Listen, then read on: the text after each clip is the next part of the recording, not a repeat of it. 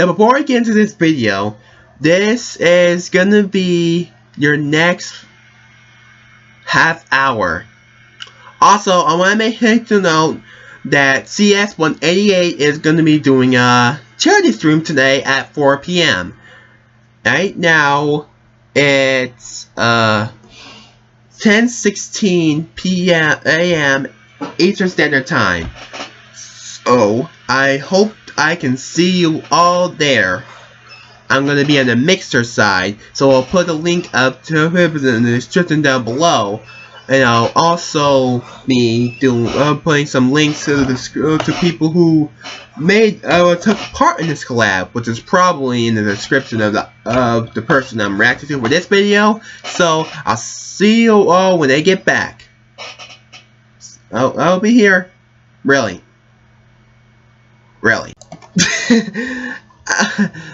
I'll be right back.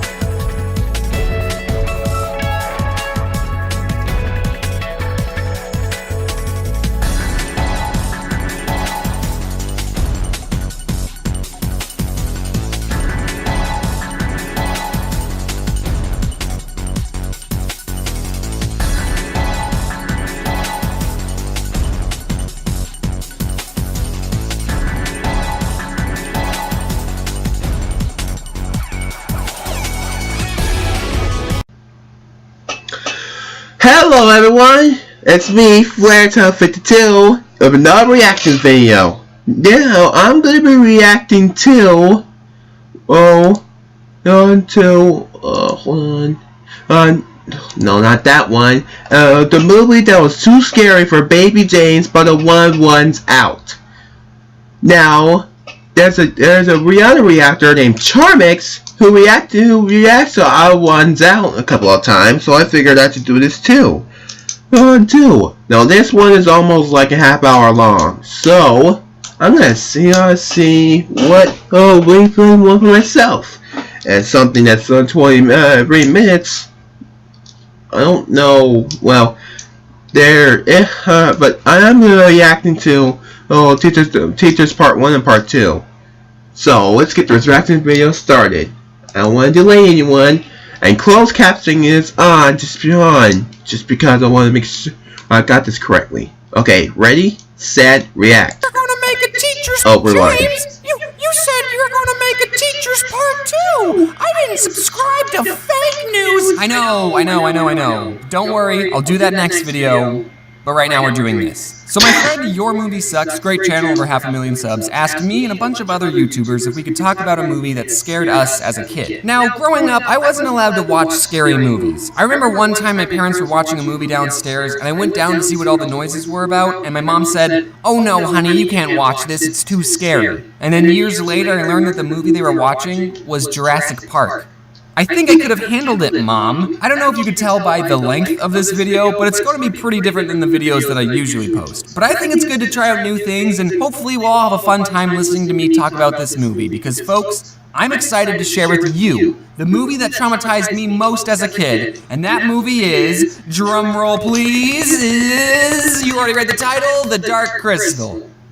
Okay, so The Dark Crystal came out in 1982, 14 years before I was even born. This movie was made for a whole different generation of people, but somehow I still saw it. I don't remember how I saw it, my family didn't own it on VHS, and I forget how old I was exactly, but let's say for the sake of this video, I saw this movie when I was 17. Because that's legally still a child. This movie was directed by Frank Oz and freaking Jim Henson. Jim Henson is the creator of, I don't know if you've heard of this, but The Muppets? You might have seen them before. There's no denying that Jim Henson was a very As a side note, Jim Henson didn't just create The Muppets, he created a lot of other shows. He created shows for PBS, like I think he created Dinosaur Train. I think he created Dinosaur Train. He definitely created Splash and Bubbles.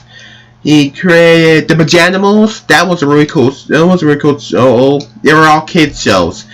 Let's see. I think there was. Yeah, I think there was Dinosaur Train. Oh yeah. So basically, the Jim Henson made were on PBS, well, mostly on PBS Kids. It's so like when you see the Jim Henson Company at the end of it on PBS Kids, you definitely know that Jim Henson was behind it.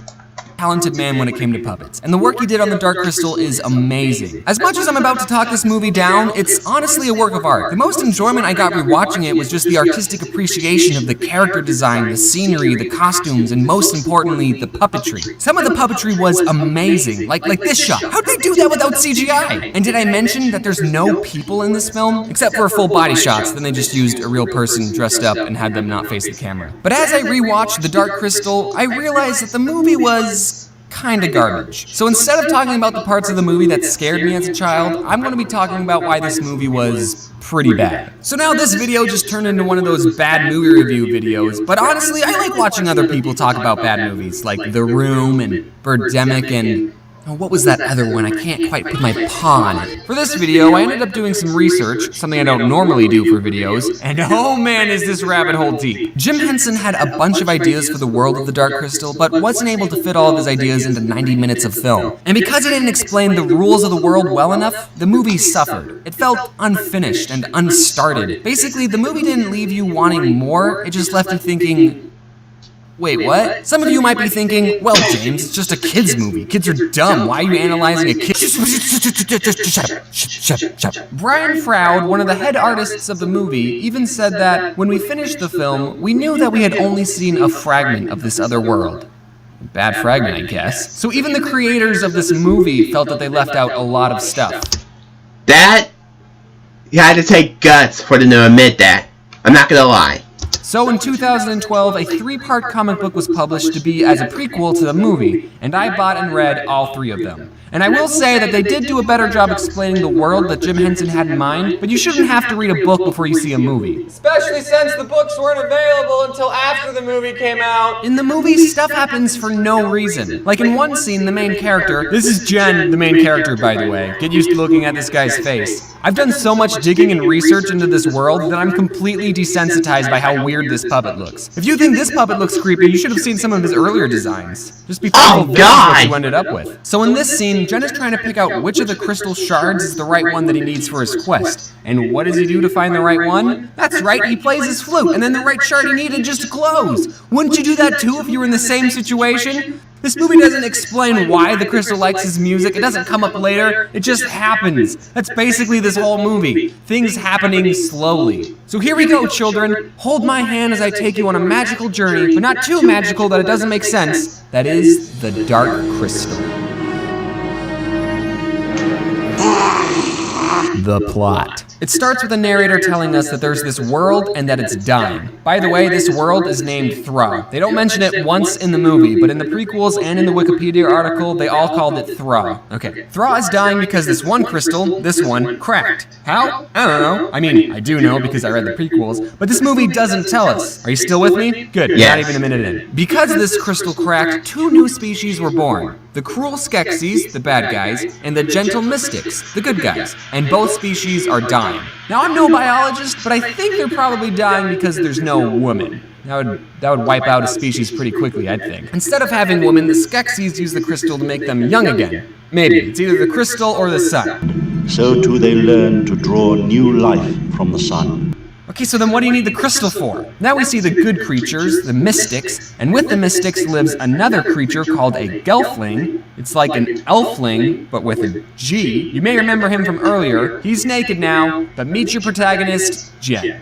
This movie makes up so many words, just try and keep up. And a journey must begin. The journey of Jen. Okay, that's a little pretentious movie. All right, let's tone it down a little. Then we see that the Emperor Skeksis is dying, oh no, and then we get the second scariest scene in the whole movie.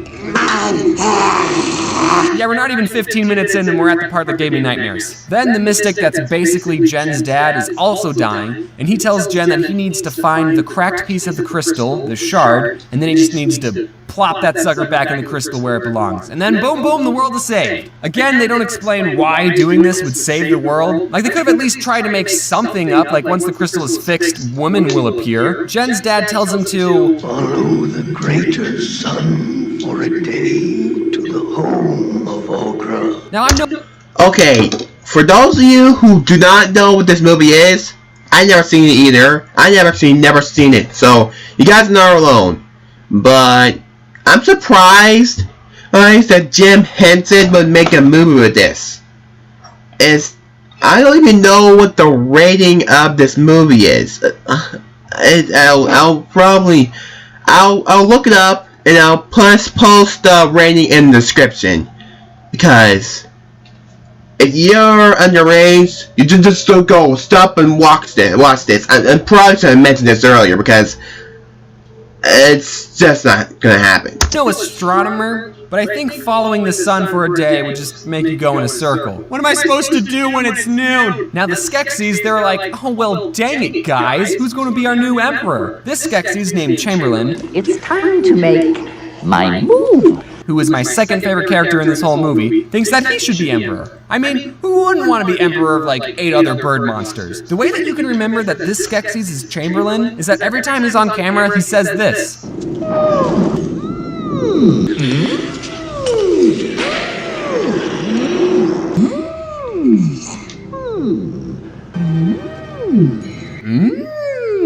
Hey man, you can't be emperor, says the Skeksis. Oh yeah? Fight me for it, replied Chamberlain. Since these two are puppets and don't have lower bodies, they can't actually fight each other, which is super disappointing. So instead, the two have a competition to see who can hit a rock the hardest, because that's how you tell who's fit to lead. You can't have someone be your emperor when they can't even hit a rock that hard. Anyway, Chamberlain loses, and all the other Skeksis banish him and rip up his clothes. Okay, now hold on. Do you see what's funny about this screenshot? This Skeksis is wearing glasses, meaning in this universe optometrists exist, and this Skeksis had to go through an eye exam to get his prescription. Do you like number 1 or number 2?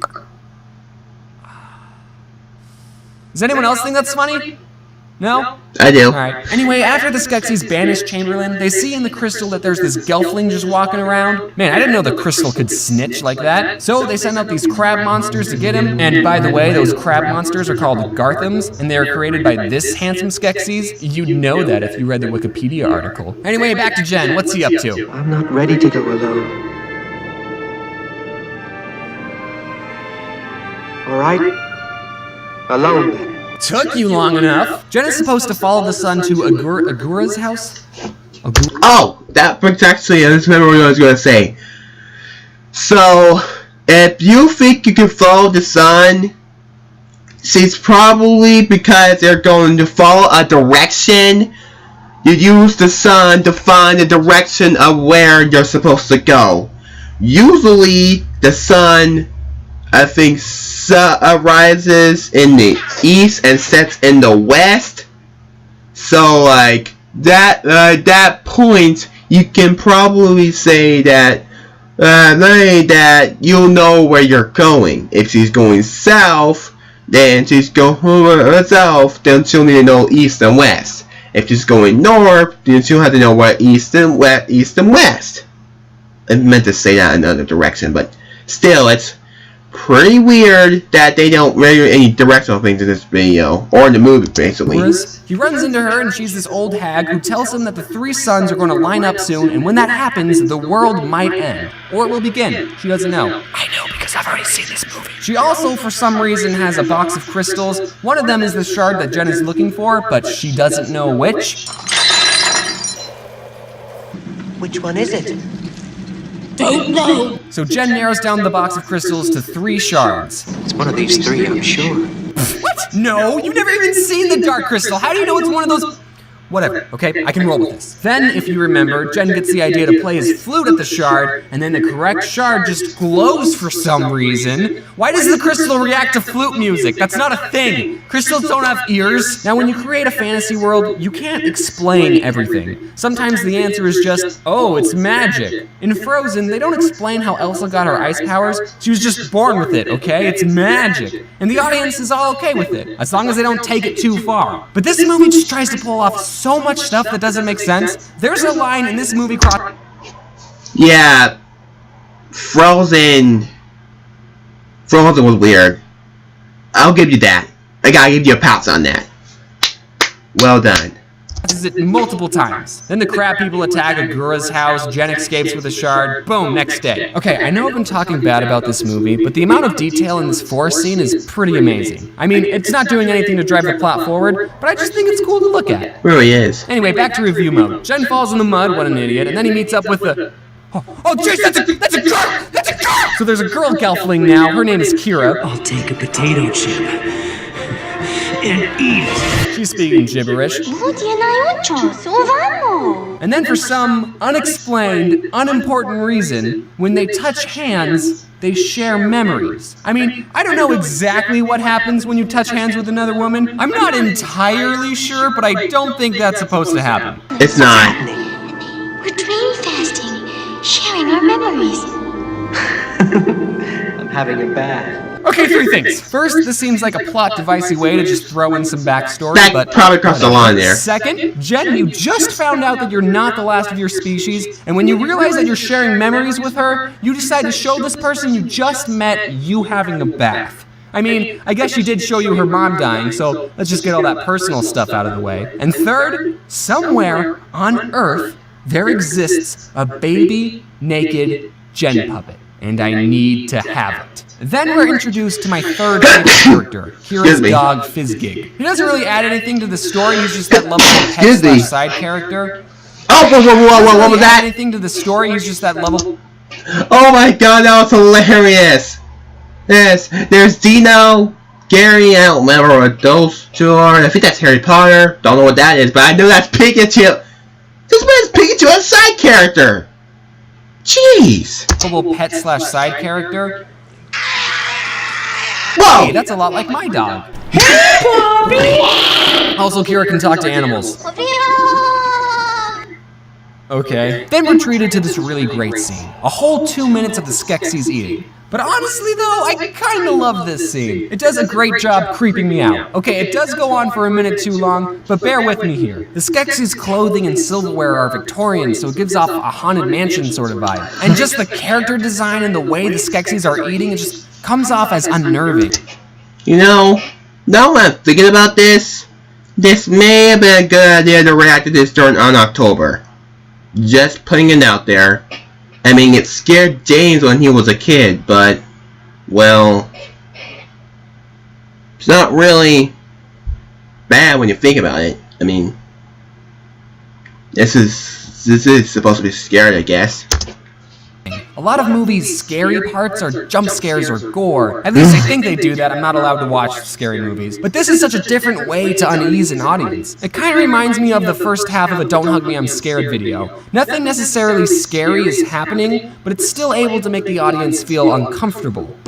Basically, the whole point of this scene was that the crab people were like, hey, we got this old hag, but we didn't get the gelfling. And then the Skeksis were like, wow, okay, release the crystal bats. Crystal bats fly! Search the land! Search the water! Search the sky! Okay, this might be nitpicking, and I'm no gelfling expert, but I think you can rule out searching the sky. I don't see too many gelflings just flying around. So one of the bats finds Jen and Kira, they go back to Kira's village. Jen doesn't even know where he's supposed to take the shard. His dad never told him what to do after he got the shard. He tells Kira about his quest and what Algura told him. You know the three suns in the sky?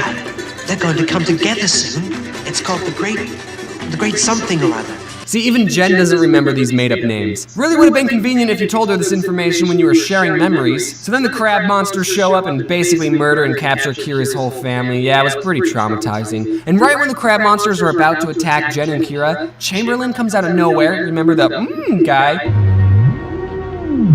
He steps in between them and stops the attack, and Kira and Jen escape because Chamberlain saved them. Oh, and then Jen throws away the shard. Boom, next day. Kira finds the shard that Jen threw, and then the two find some hieroglyphics about a prophecy. It says a Gelfling is going to save the world and kill all the Skeksis. It doesn't matter. And then, oh, Chamberlain shows up. Hey, Chamberlain. Hey, guys, I'm sorry for killing your entire species. We just didn't want the prophecy to come to fruition. You understand, right? So what if we all go to the castle together, we can eat some food, and just have a gay old time and talk this whole thing over. What do you think? And then he says, please, a lot. Please, please, please, please, yes, please. Now how can you say no to this lovable guy? He just got kicked out of the Skeksis Club, he's all alone, he just saved you from some crab monsters, and he did say please a lot. There is a way for you to play the word please way too much. There really is. And we're already 18 minutes left in this video, and we still have like 10 minutes after this to go. Saying if I was Jen, I totally would have trusted Chamberlain 100%. But instead, Jen just stares at him blankly, and then Kira ruins everything and tells Jen not to trust him, and then they run away. Wait! Please make peace! It might have been the right call. So then, for some reason, Kira knows where the castle is, and since she can talk to animals, she calls up these things called Landstriders. They're just a person walking on 4 stilts, and they ride the Landstriders all the way to the castle. I have a lot of problems with this next scene. So one of the Skeksis takes a podling that they just captured, locks it into a chair, and tells the podling that they're going to suck its essence away and make it a slave. It won't hurt. We just want to drain your living essence. Then you can be the same as the other podlings here. A slave. You know, the podlings don't speak English. They speak a whole different language.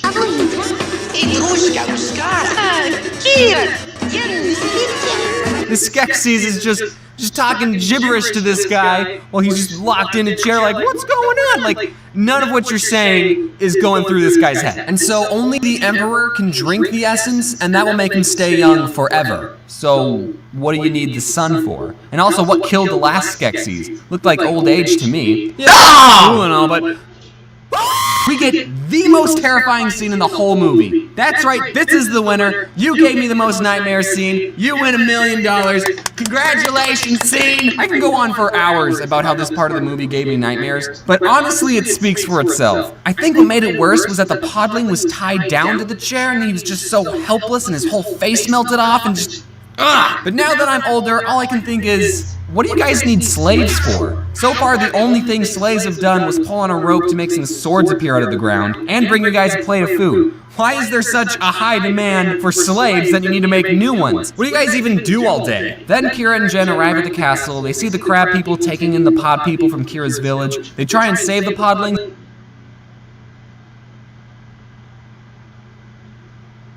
What happened?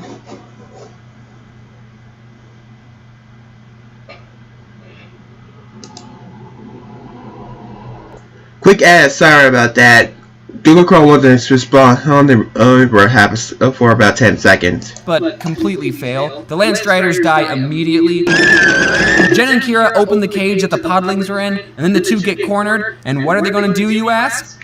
Well, isn't it obvious? They're going to jump and slowly float down to safety because Kira has wings. That never came up in the memory sharing bit. So I guess when the Skeksis told the crystal bats to search for the Gelflings in the sky, they weren't that far off. Hey Kira, sorry we left your whole family back there. We totally didn't save them, like, at all. They're probably going to get turned into slaves now. Okay, we're almost done, everyone. We're getting to Climax Town. Jen and Kira sneak into the castle. Chamberlain's there. He basically murders Jen. And since he captured a Gelfling, he's not an outcast anymore. You guys should have just went with him the first time. Now 2 Landstriders are dead. Kira goes into the slave room, and as a kid, I was already so traumatized the first time seeing a podling get turned into a slave, and now seeing Kira getting her essence taken away, I lost my mind. Oh shoot! Kira's getting turned into a slave! Luckily, remember the old hag Agura? She's like, yo, you can talk to animals, just ask them to help you. Oh, okay. She breaks free, and the animals push the Skeksis that was in the room down this pit, and that kills them. Leading up to this point, it's hinted that the Skeksis and the Mystics are, like, connected. When something happens to a Skeksis, there's a Mystic counterpart that experiences the same thing. So when this Skeksis died, there was a Mystic just walking around that just... and none of the other Mystics react. Yeah, it happens. Then we see that the Mystics can control the crab monsters. I'm guessing it's because they're connected to the Skeksis who also can control the crab monsters. So having a Mystic go with Jen on his journey in the first place would have been super helpful back when Kira's village was getting raided. Alright, let's just wrap this up. Fizzgig dies, Jen's not really dead, he finds the dark crystal, he jumps to it and then drops the shard. Kira has to throw the shard back to Jen, but while she's doing that she gets murdered. I said spoiler warning, right? And then Jen plops that sucker back into the crystal. The castle crumbles around everyone and the world is saved. But first, the Skeksis and the Mystics walk into each other because they're connected, remember? They become one again, and are you ready for this? They walk into each other and they turn into tree aliens. I'm not even joking. According to the prequels, these things are actually aliens. This is what the whole movie has been building up to. The bad guys are just one half of a schizophrenic alien tree person, and if you read the prequels, you'd know that. Is this supposed to be a plot twist? Because to me, it just seems like a plot is doing whatever it wants. So much weird, unexplained stuff has already happened in this movie, so at this point, I don't even care. By the way, Kira and Fizzgig don't actually die. This is a kid's movie after all. And then the world is saved, even though there's only like 3... This is a kids movie? Really? How? People who inhabit it now. The end. So that was the movie. Want to know something funny? I've already used more words in this video than there were words in the... Words in the Dark Crystal, 2,883. Words in my video, 3,777! Jane! Entire movie. Also, I need to ask, Jen was supposedly the chosen one. At this time, Jen is the chosen one. But I would make the argument that Kira should have been the chosen one. Let me go down my list. She saved Jen from the mud, she sniped a crystal bat out of the sky, when the crab monsters attacked, she had to tell Jen to run, she found the shard on the ground after Jen threw it, she tells Jen not to trust Chamberlain, she knew where the castle was and got the Landstriders to take them there, she used her wings to float Jen down to safety, she was able to get out of being turned into a slave by herself, and she threw the shard back to Jen after his butterfingers dropped it. And how does she get rewarded? By getting stabbed. All Jen did was play his flute out of magic rock. This guy's a doofus. Who chose Jen to be the chosen one? Bad choice. Now, I've said who my second and third favorite character in this movie is, but who's my favorite character? There's only like 3 other characters to choose from, so who could it be? Well, ladies and gentlemen, my favorite character isn't in this movie. My favorite character of the Dark Crystal universe is Rayunip, Agura's son. Okay, I know I just finished the movie, but let me talk about the prequel comics for a minute. Remember Agura, the old lady? Well, turns out she's an immortal being and has been around since the creation of this world. Alright, and one day a meteor hits the planet, and she, like anyone else would do, gives life to it. And out pops Rayunip, and he's basically the main character of the prequel books, and is also technically an alien. I like him because he's the only one who questions what's going on. He asks the same questions I'm asking. So he's my favorite, he's the only character I ever wanted to cosplay. If they ever make the prequels into a movie, I call dibs on playing Rayunip, that's how it works. I call dibs on playing this character. I just show up to auditions and I'm like, I actually called dibs, so... Also, in the second book, Agura and her son are having a moment, and Rayunip says, "Will you remember me, Mother? After all the harm I caused? I will never forget you, child." Well, you didn't really seem to remember him in the movie. Also, if there's any producers watching, that was my audition just now to play Rayunip. Would I recommend you watch The Dark Crystal? Well, I did just spoil the whole thing, so no, it would be a waste of time at this point. But if I was talking to someone who hasn't watched this video, then yeah, I would recommend it. Even with all of its flaws, I still think it's a creative film and... I don't know, maybe it'd be fun to talk about it afterwards. Maybe I was desensitized doing all this research, but I also enjoyed the prequel comic books. After all, my favorite character's in there. There's also a manga that was made, Legends of the Dark Crystal, and it's supposed to take place in between these books and the movie, so these books don't even bridge the gap between the start of It leaves still on a cliffhanger. These books still leave on a cliffhanger. Speaking of manga, there were plans to make a sequel to The Dark Crystal, another movie, but the film ended up getting canceled. But a 12-part comic series is being produced by Boom Studios, and it's not even completed yet. They're only on like the second installment. This is recent, you guys, so now is a great time to get into the Dark Crystal fandom. Like I said, I think The Dark Crystal is a creative story. Jim Henson really bit off more than he can chew making this movie, but seeing how many comics have been made to tell this story, maybe The Dark Crystal is told better through comics and not with the limitations of puppets from the 80s. Anyway, that's just what I thought about the movie. If you're hearing this, that means you made it. This video, as of right now, is the longest video on this channel. I hope I was able to keep you entertained for such a long time. Be sure to check out all the other YouTubers who participated in this collab thing. I don't know why I agreed to do this. How do you guys make such long videos and not hate yourself? Just making this video took a part of my soul. I'm recording this end card after I finished editing it all, and I'm just leaning on the wall of my closet. I just wanted to be done. I need to thank my friend Ginger Pale, who just went above and beyond and colored a lot of the pictures, so that's why some of the pictures looked better than the ones that I usually drew. Shut up. Like, I would just tell him, hey, draw this, and then he would just do it. What? If it wasn't for him, this video would have come out like a day later. He put off working on his own video so he could help me, so everyone go thank Ginger Pale. And I bought a Chamberlain Funko Pop, because he's my favorite. Why is he my favorite? I don't have to explain anything to you. On my Imgur account, I made a comment a year ago that's just, a reference to The Dark Crystal, and you should all upvote it. So just frick, man. Wear your seatbelt. Wow, that was awesome! I can't believe anyone gets put together. It's really nice. Nice.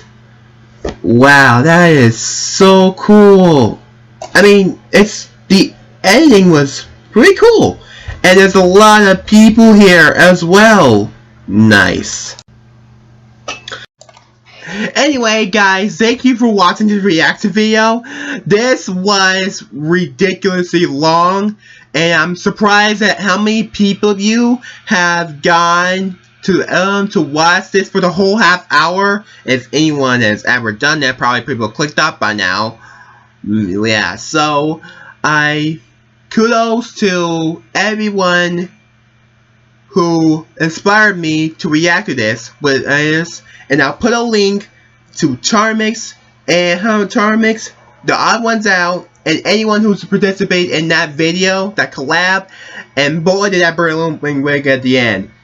And I'm so glad that you guys will be able to see me do another one. This is my reverse November one. And I really should have done this in October. But I just recently found this video. And I recently subscribed to Odd Ones Out. So make sure you do that. And cue music. And I'll see you all in the next reaction video. Until then, this is Ray for Laerto52 signing out. Oh, and a side note. The longest video I ever posted was like 3 hours long on my live channel. See ya!